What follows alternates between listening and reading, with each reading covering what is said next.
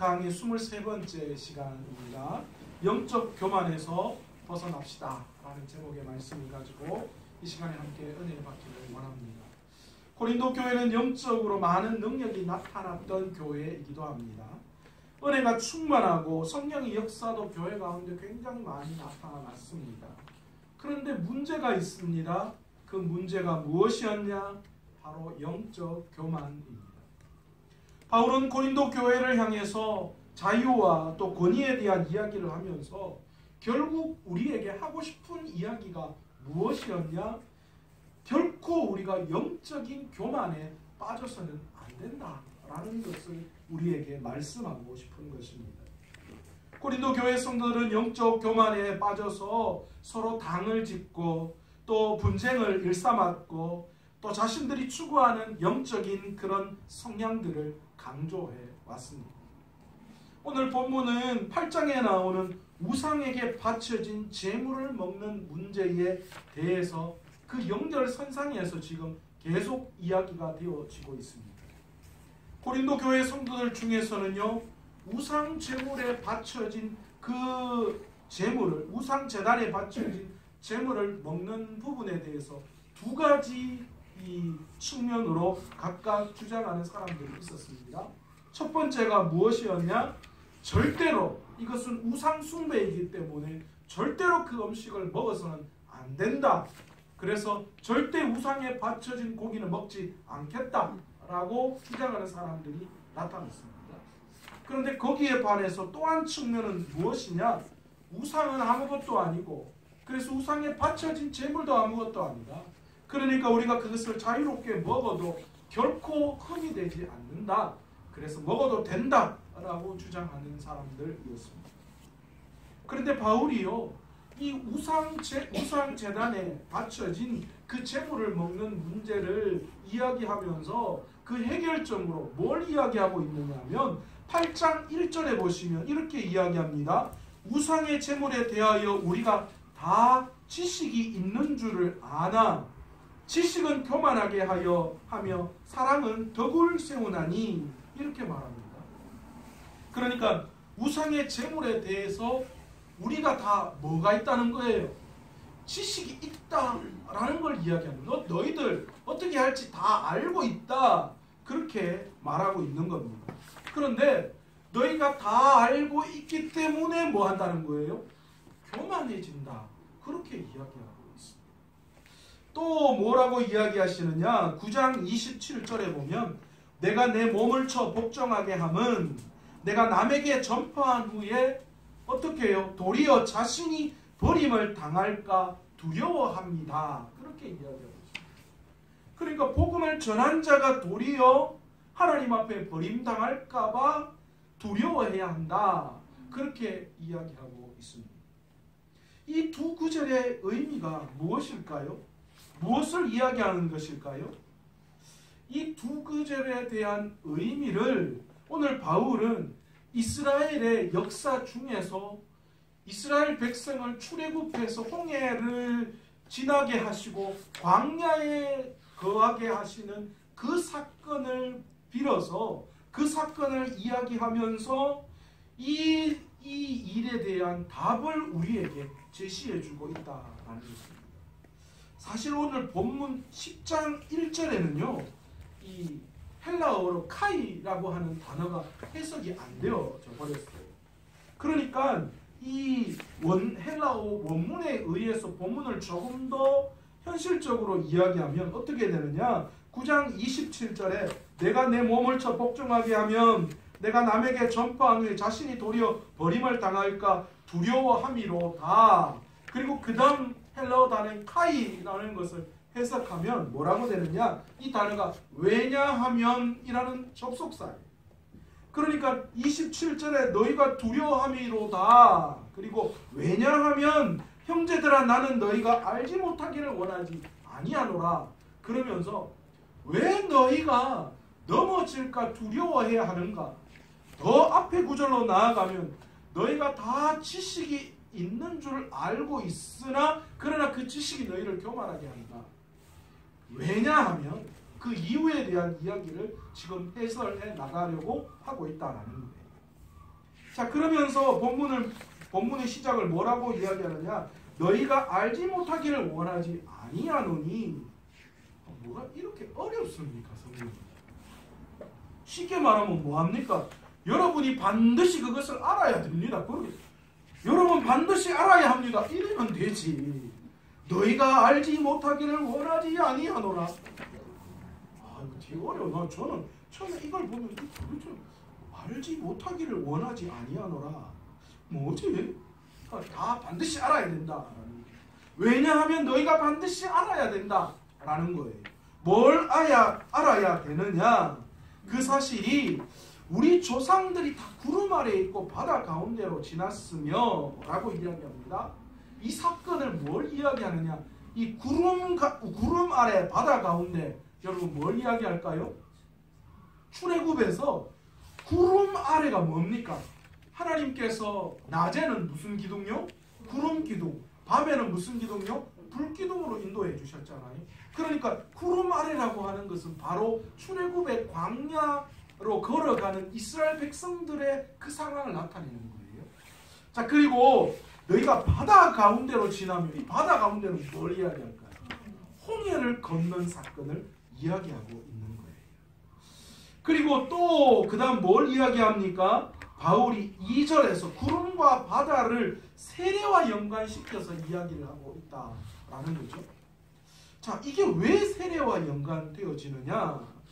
이 말은 출애굽 백성들이요, 애굽에서 종노릇하고 있다가 하나님이 그들을 강권적으로 끄집어내셨어요. 그런데 그들을 끄집어내시면서 무엇을 의미하는 행동들을 하셨냐 하면 홍해 바다를 건너게 하셨어요. 여러분, 과거에 이 요단강에서 세례 요한이 세례를 줄 때 어떻게 했습니까? 물에 담그었습니다. 그죠? 그런데 이제 장로교에서는 물에 담그지 않습니다. 물을 머리에 뿌립니다. 왜 그러냐면 물이 없는 곳도 있잖아요. 그러니까 무조건 다 물에 담궈야 한다라는 건 사실은 옳은 이야기라고 보기도 좀 힘들죠. 이건 사실은 뭐 절대적인 어떤 것들이 아니기 때문에 우리는 세례를 행한다라고 이야기합니다. 그런데 당시에는요, 거의 물에 들어가서 물을 들어서 부었다라는 형식의 이야기를 합니다. 그러니까 이스라엘 백성들이 홍해를 건널 때, 물론 마른 땅을 건넜지만 그 바다를 건너서 나올 때에 이미 그들은 지금 뭘 했다는 거예요? 홍해 바다에 들어갔다가 나왔다라는 것을 의미하는 거예요. 그러니까 하나님께서 그 백성들을 홍해에서 뭘 했다는 거예요? 집단적으로 전부 다 세례를 베풀었다라는 것을 이야기하고 있습니다. 그리고 또 구름과 바다가 바다를 건너와서, 그리고 또 뭐라고 이야기합니까? 또 그 다음에 표면적으로 그것이 어쩌면 이스라엘 백성들에게 애굽의 추격을 뿌리치는, 애굽의 파라오의 추격을 뿌리치는 것 같이 우리에게 표면적으로는 보여지지만 그 내면에는 어떤 거예요? 그들이 이제 애굽 땅에서의 그 죄된 속성들을 홍해 바다에서 다 씻어내버리고 이제 하나님의 사람으로 새롭게 되어졌다. 죽음을 이기고 부활시켰다. 다시 살리셨다. 라는 의미가 그 속에 포함되어져 있다라는 것이죠. 따라서 이스라엘 민족 전체가 모세를 위시하여 하나님의 초자연적인 방법에 의해서 죽음을 이기고 다시 살았다라는 의미가 그 속에 포함되어져 있는 거죠. 이게 뭡니까? 이게 세례에 대한 예표다라는 것입니다. 또한 바울은 신령한 음식과 신령한 음료를 이야기하면서 성찬에 대한 이야기를 하고 있습니다. 신령한 음식, 이건 뭘 이야기할까요? 이스라엘 백성들이 애굽 광야에서 살 때에 만나를 하나님이 매일마다 주셨던 것처럼 이 만나가 그들에게 신령한 음식이 되고, 그 다음에 신령한 음료는 무엇입니까? 그들이 마실 것이 없을 때에 반석에서 생수가 나게 하셔서 그 물을 마시게끔 하시는 것, 그것이 바로 음식과 음료를 뜻하는 바로 성찬, 예수 그리스도의 몸과 피를 나누는 것을 예표하고 있다라는 거예요. 예수님이 자신을 생명의 떡이다라고 이야기하고요. 그 다음에 영원히 목마르지 않는 물을 우리에게 주겠다, 그렇게 말씀하셨잖아요. 그리고 마지막 날에 예수님이 제자들과 함께 가진 만찬에서 그것을 나누어 주셨어요. 그래서 신령한 음식과 신령한 음료는 주의 만찬 때에 베풀어 주셨던 주님의 살과 피를 의미한다라고 우리가 볼 수 있는 것이죠. 그래서 신령한 반석으로부터 마셨음에 그 반석은 곧 뭐라고 이야기하는 겁니까? 그리스도다. 그렇게 오늘 바울이 우리에게 증거하고 있다라는 것입니다. 좀 어렵습니다. 그죠? 좀 어려운 내용을 다루고 있습니다. 그런데요, 바울이 왜 이렇게 거창하게 이스라엘 백성들이 출애굽한 사건, 그걸 통하여서 이 세례와 성찬의 대를 비유하면서 왜 이렇게 거창하게 이야기를 시작하는가? 그렇게 하나님이 그들을 구원시켜 주셔서 하나님의 백성 삼아 주셨는데, 그런데 5절에 뭐라고 우리에게 이야기합니까? 그러나 그들의 다수를 뭐요? 하나님이 기뻐하지 아니하셨다라고 기록하고 있다.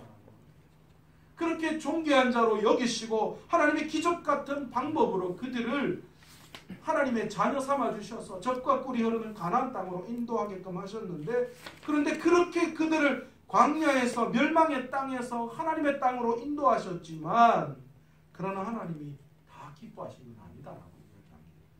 왜 그럴까요?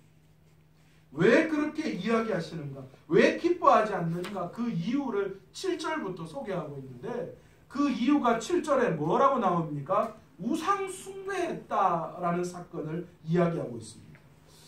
여러분, 이스라엘 백성들이 어떻게 했습니까? 모세가 시내산에 올라가서 늦게 더디 내려오자 아론을 중심으로 해서 어떤 사건을 일으켰습니까? 금송아지를 만든 사건. 그래서 그 금송아지가 하나님인 것처럼 그들이 섬겼다라고 되어져 있습니다. 그들이 하나님 앞에 그런 짓들을 했어요. 이 이야기를 하면서 바울이 고린도 교회 성도들에게 하고 싶었던 이야기가 무엇인가? 그들이 이 고린도 교회 안에 그들이 우상 제물을 드리는 것, 그것을 통하여서 우상 제물을 먹는 것을 통하여서 그들 마음속에 전혀 우상이 없다라고 이야기를 하지만, 그러나 공공연하게 그들이 방탕함과 무절제함을 통하여서 우상 숭배에 대한 지식이 있음에도 불구하고 그것들에 대해서 그렇게 중요하게 여기지 않았다는 거예요. 하나님을 교몰히 여기고 있다라는 거예요. 믿음이 연약한 자에게 덕을 보이지도 않았을 뿐더러 스스로가 알고 있으면서도 결국은 그런 행위를 통하여서 하나님 앞에 범죄하는 일들도 나아갈 수 있는 그런 경우가 더 많아진다는 거예요. 그래서 그것에 대한 경고를 오늘 7절을 통하여 하고 있다는 거예요. 이스라엘 백성들이 하나님 앞에 금송아지 만들어서 우상 숭배한 사건을 통하여. 두 번째 사건이 무엇입니까? 어떤 사람들이 음행하다가 3,000명이 죽었다라고 되어 있습니다. 이건 뭘 이야기합니까?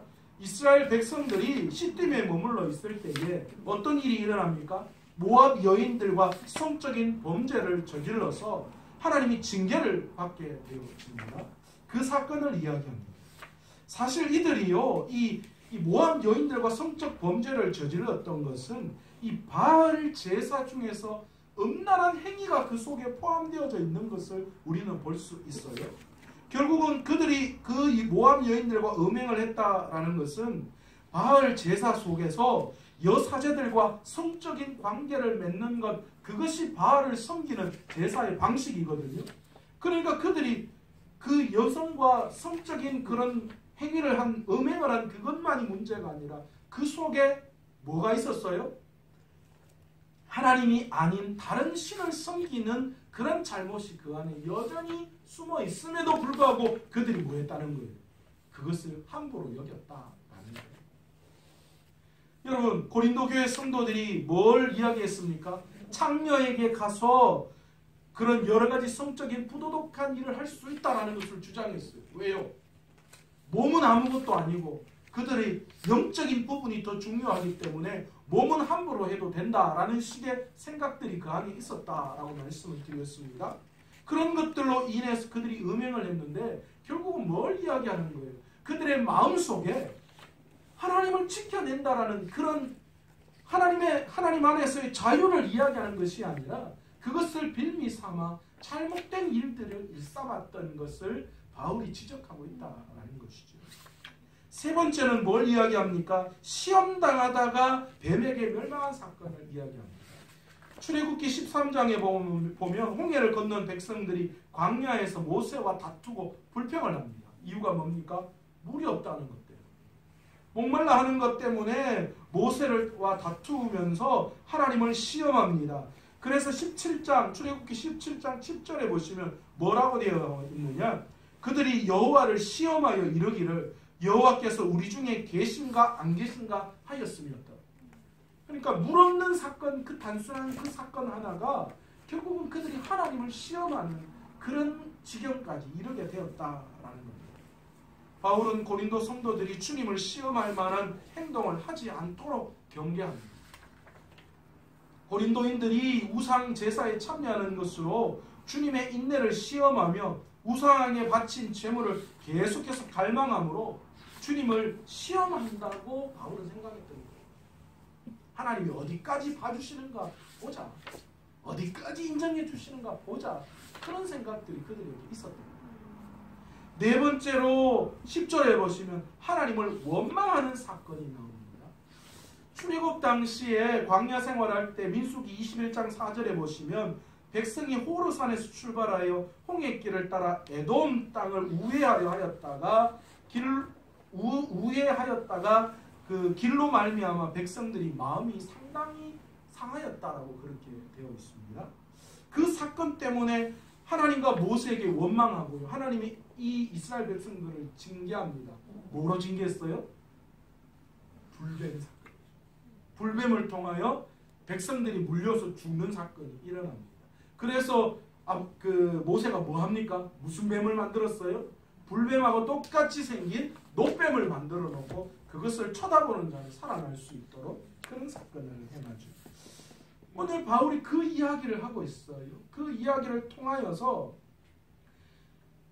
바울이 이스라엘의 이 네 가지 이 여러 가지 사건을 고린도 교회 성도들에게 제시하면서 그렇게 거룩하고 하나님이 그들을 세우셔서 거룩한 기적을 보게끔 하셨던 그들이었는데 그들이 하나님 앞에 불신앙으로 나아가고 원망하고 하나님을 시험하고 우상을 섬기고 음행을 하는 바람에 뭐 했다는 거예요?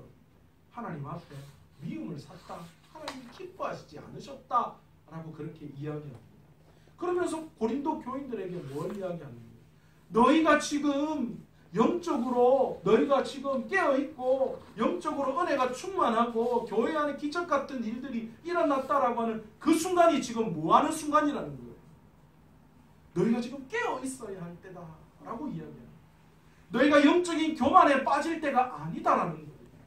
너희가 지금 더 정신을 차려야 한다라는 것을 이야기하는 거예요. 그래서 오늘 본문 12절에 뭐라고 이야기합니까? 너희가 자만하지 말라. 그러면서 뭐라고 이야기합니까? 너희가 뭘 이야기합니까? 선줄로 생각하는 자는 뭐 할까요? 넘어질까 조심하라. 여러분, 여기서 서 있다라는 것은 무엇을 의미할까요? 너희가 선줄로 생각하거든 여기서 서 있다는 게 무슨 의미입니까? 너희가 신앙에 아무런 흠이 없고 온전하다라는 의미를 가지고 있잖아요. 그러니까 내가 이제 어느 정도 영적인 수준에 올랐구나. 내가 어느 정도 이제 됐구나. 라고 생각하는 그 순간 지금 뭐 하라는 거예요? 너희가 넘어질까 생각해야 한다. 넘어질까 조심해야 한다. 그 이야기 하는 거예요. 바울이 고린도 교회에게 말하고 싶은 게 그거였어. 너희 지금 영적인 교만에 빠져 있는 거야. 너희 지금 다 선줄로 생각하지. 믿음이 이제 완전히 섰다라고 생각하지. 근데 아니다라는 거야. 아니다라는 거야. 바로 그때 너희가 넘어진다. 여러분, 하나님이 우리를 시험하실 때에 어떻게 시험하십니까? 우리의 분량대로 시험하세요. 늘 똑같은 시험거리로 시험하지 않아요. 그렇기 때문에 믿음이 1인 자는 1의 시험을 하시고요. 믿음이 10인 자는 10에 상당하는 시험을 하나님이 하신다는 거죠. 그러니까 우리가 서 있다라고 자신할 때가 없다라는 거예요. 내 믿음이 발견되어질 때에 내가 내 믿음을 발견하고 내가 믿음이 있는가라는 그 순간 우리는 어떻게 해야 합니까? 그것이 시작이라고 생각해요. 우리의 믿음이 시작이다. 그렇게 생각해야 됩니다. 많은 사람들이요 결혼을 하면 이 결혼을 할 때에 결혼을 하고 난 다음에 한 3년쯤 위기다라고 이야기합니다. 왜 그렇습니까? 연애할 때 결혼만 하면 뭐 한다고 생각해요? 결혼만 하면 행복이 완전히 완성되어지는 것처럼 생각해요. 연애하다가 이제 결혼만 하면 내가 행복 꼬린 끝났구나 이렇게 생각해요. 그런데 그렇습니까? 결혼해보신 여러분들은 어떻습니까? 아니죠. 결혼이 그때부터 시작이에요. 연애 때가 좋았죠. 연애 때가. 결혼은 행복을 위해서 나아가는 시작점입니다. 저도 우리 청년을 담당할 때 청년들이 결혼할 때 오면 제가 제일 먼저 이야기하는 게 그거예요. 너희들 결혼이 꼬린점으로 생각해서는 안 된다. 결혼이 끝이 결코 아니다. 결혼은 이제 행복을 위한 시작이다. 반드시 시작임을 깨닫고 너희가 제대로 나가지 않으면 너희 실패합니다. 실패할 수밖에 없다. 그 이야기입니다. 저는 우리의 믿음도 마찬가지입니다. 우리가 선줄로 생각하고 이제 내가 믿음이 좀 있지 않나? 내가 이 정도면 괜찮지 않겠나? 천만에요. 그때가 우리의 믿음의 시작입니다. 그때가 내가 걸어야 할 믿음의 첫걸음을 내딛는 거예요. 제가 오늘 잠깐 밖에 나갔다가 들어오는데요. 제가 얼마나 깜짝 놀랐는지 몰라요. 그랜드 상가 앞에 그 파리바게뜨 그 옆에 좀 허름한 식당 하나 있잖아요. 그래서 그 식당에서 이제 신천지가 포교를 하기 시작했어요. 그 마산시청입니까? 그 앞에 하듯이 이 뭡니까? 이 전단지 꽂는 거 갖다 놓고 파라솔 치고 거기에 5사람이 서서요. 신천지가 전도를 하기 시작했어요. 신천지는 구역도 잘 모르나 봐. 이 구역은 지금 하나님의 교회가 지금 접수하고 있는데 신천지가 지금 또 와가지고 지금 그래서 깜짝 놀랐어요. 안전지대가 아니구나. 그냥 마산시청에 있는 그쪽에만 신경을 쓰고 아이고 이 은혜가 어떡하노 했는데 이래가 어떡하노 할 그 일이 지금 우리 코앞에 지금 와 있어요. 코앞에. 제가 얼마나 깜짝 놀랐는지. 제가 사진을 찍는데요. 사진을 찍었는데 동영상을 찍었어요. 놀래가지고 이게 뭔 일이고. 여러분 앞에 부끄러운 이야기지만 저도 마찬가지였어요. 저도 우리 교회 와서 지금 한 5개월째 되는데요. 저도 지금 마음을 좀 놓았던 것 같아요.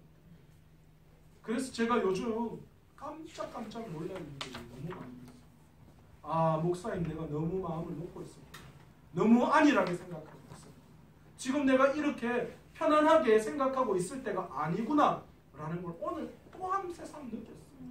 지금 처절하게 영적 전투에 있는 성도들이 지금 그 삶을 지금 살아가고 있고, 여러분 우리가 그렇게 기도해서 새가족이 온다고 좀 왔다가 또 지난주 또 안 오는 거 보니까 아 이게 정말 이게 그냥 되는 게 아니구나.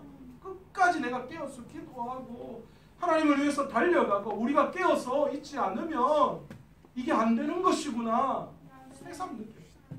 지금 성도들은 얼마나 처절하게 지금 그들의 삶을 살아가고 있는데 내가 지금 이렇게 영적인 안일함 속에 빠져 있는 게 아니구나 라는 걸 다시 한번 꼬리이 아니더라고요.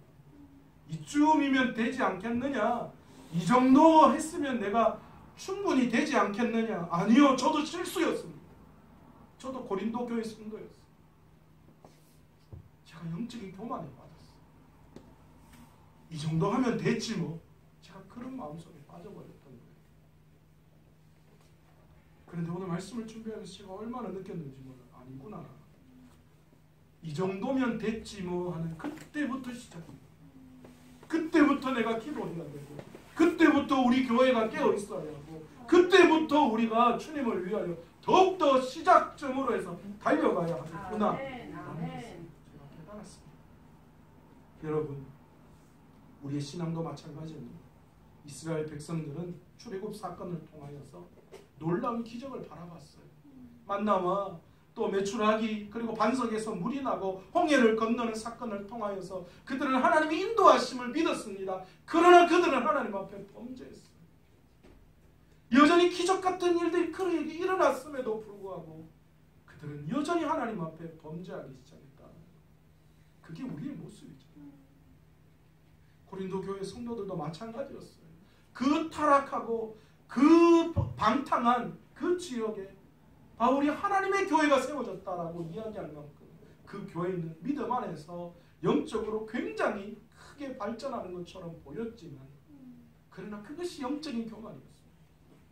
그 속에 화당이 있었고 분당이 있었고 서로 영적으로 자신의 그런 영적인 것들을 가지고 자신이 그 영적인 것들을 주장하고 그것을 교회 안에 관찰시키려고 했고 그래서 교회가 영적으로 나눠지고 쪼개어지는 그런 일들이 그들에게 일어났던 거예요. 바울이 오늘 그 이야기를 하고 싶어요. 우상에게 드린 재물, 너희가 자유를 어떻게 쓰고 권위를 어떻게 행해야 하고 그러나 그 모든 것 속에 바울이 지금 이야기하고 싶은 게 있다는 거예요. 너희가 선줄로 생각하는 그때에 너희가 넘어질까 두려워해야 한다. 그러니까 너희가 우상에 대한 지식을 알고 있지만 그것이 뭐라는 거예요? 교만이다. 너희가 남은 구원시키고 너희가 마지막 때에 넘어질까 너희가 두려워해야 한다. 오늘 여러분 귀한 믿음의 길을 걸어가는 저와 여러분 이제부터 시작이고 우리가 다시 한번 때가 결코 우리가 영적인 교만함 속에 빠져서 주님의 길을 다 걸어가는 것처럼 행동해서는 안 되는 줄 믿습니다. 계속해서 깨어 있어야 돼. 내가 40일 금식기도 3번이나 했다. 그게 무슨 공농입니까? 그러면 뭐합니까? 내가 이래봬도 성경을 20독했다 100독했다. 그게 무슨 의미가 있습니까? 내가 그래도 신앙생활을 몇십 년 동안 했다. 그게 무슨 자랑거리입니까? 내가 얼마나 많이 교회를 위해서 헌신했는데 그게 무슨 자랑거리가 되겠습니까? 내가 영적인 능력이 얼마나 내 삶 안에 많이 있는데 내가 기도를 얼마나 많이 하는데 그게 무슨 의미가 있습니까? 결국은 그게 나를 넘어지게 하는 영적인 교만이 될 수도 있다는 것을 우리는 깨달아요. 그래서 더욱더 하나님 앞에 낮아지는 모습, 겸손히 내 자유를 그래서 낮추고 그리고 내 권위를 더욱더 완전히 다 버려버리고 내가 섰다고 생각하고 다른 사람이 됐다라고 생각하는 그 순간이 나에게 시작임을 깨닫고 그때부터 나의 믿음을 다시 세워나갈 수 있는 저와 여러분 되시기를 간절히 축원합니다. 그것이 지금 오늘 하나님께서 우리에게 하시는 말씀인 줄 믿습니다. 우리 교회가 잘 된다고 생각합니다. 내 삶이 잘 된다고 생각합니다. 그때가 기도해야 하고 우리의 믿음을 지켜내야 할 시작입니다. 그러기 오늘도 귀한 그 믿음의 길을 걸어가기 위해 오늘도 하나님 이제부터 시작입니다. 내가 이제부터 영이라고 생각하고 새롭게 달려가겠습니다. 그 길을 걸어갈 수 있는 저와 여러분 되시기를 간절히 축원합니다. 오늘